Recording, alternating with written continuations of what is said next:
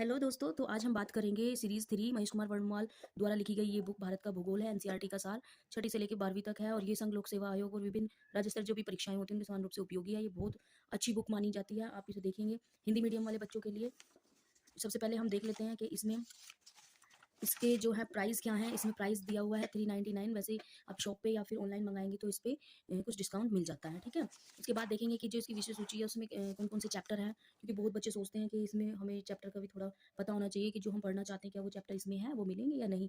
तो रिव्यू का मतलब इसीलिए यही है मकसद हमारा कि हम आपको बता सकें कि बुक्स में कौन कौन से चैप्टर आपके लिए उपयोगी हैं। वैसे तो सभी चैप्टर जो है एनसीईआरटी से लिए हुए हैं, तो सभी आपको मतलब फ़ायदेमंद है। तो सबसे पहले आप देखेंगे कि इसमें भारत की भौगोलिक स्थिति है। इसमें अलग अलग पार्ट करके इसके सब पॉइंट बना के दिए हुए हैं, जैसे कि 11 पेजेस में जो है ये वाला टॉपिक कवर किया गया है, भारत की भौगोलिक स्थिति।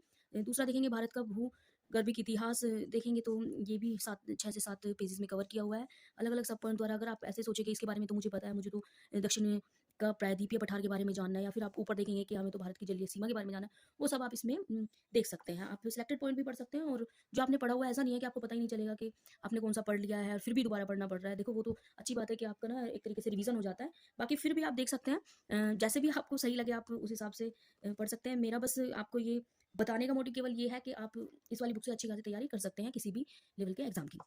तीसरे नंबर पे आप देखते हैं भारत का भौगोलिक स्वरूप है, उसके बाद जलवायु है, फिर मृदा, प्राकृतिक वनस्पतियाँ, जैव विविधताएँ, काफ़ी बड़ा पॉइंट वो है, ये चैप्टर है जैव विविधताओं का।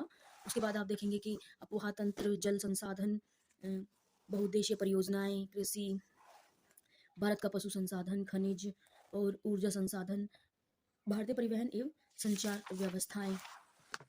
देखेंगे विनिर्माण उद्योग जो होते हैं, जनसंख्या, भारत की नगरीकरण,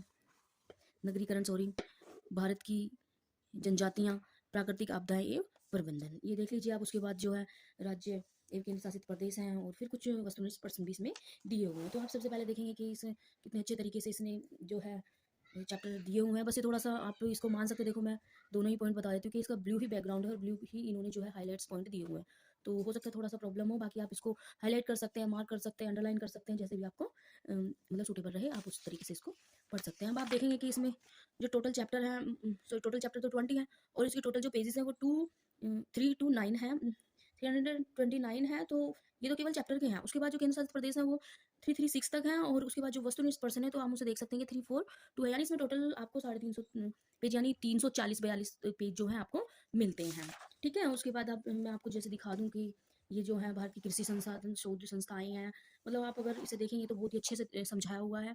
आप इसको क्या कर सकते हैं कि अपनी कॉपी में मैप बना के या फिर आप ब्लैंक मैप लेके इसको भरने की कोशिश करेंगे तो आपको ये अच्छे से याद हो जाएगा, ठीक है। उसके बाद मैं आपको एक बार दिखा देती हूँ कि वस्तुनिष्ठ प्रश्न कैसे हैं इसमें। तो आप देख सकते हैं इसमें जो है ये वस्तुनिष्ठ प्रश्न है, जैसे कि हमारे उसमें एग्जाम्स में आते ही हैं, और साथ में क्वेश्चन के साथ साथ उन्होंने आंसर भी दिए हुए हैं डिफाइन करके, ठीक है। तो अगर आप सोचते हो कि डायरेक्ट आंसर मिले, या देखो डायरेक्ट आंसर वाला तो एक रट्टिफिकेशन हो जाता है, लेकिन हमें समझना जरूरी होता है। तो इसलिए हम क्या करते हैं कि ये जो जिस बुक में ऐसे दिया होता है वो बुक हमें अच्छी मतलब माननी चाहिए, क्योंकि डिफाइन करके जो क्वेश्चन आंसर देते हैं इसमें से कई सारे और क्वेश्चन बन जाते हैं, ठीक है। आप देखेंगे तो आंसर डिफाइन करके दिए हुए हैं, और इसमें जो टोटल क्वेश्चन है मेरे हिसाब से मुझे लगता है कि काफ़ी कम है।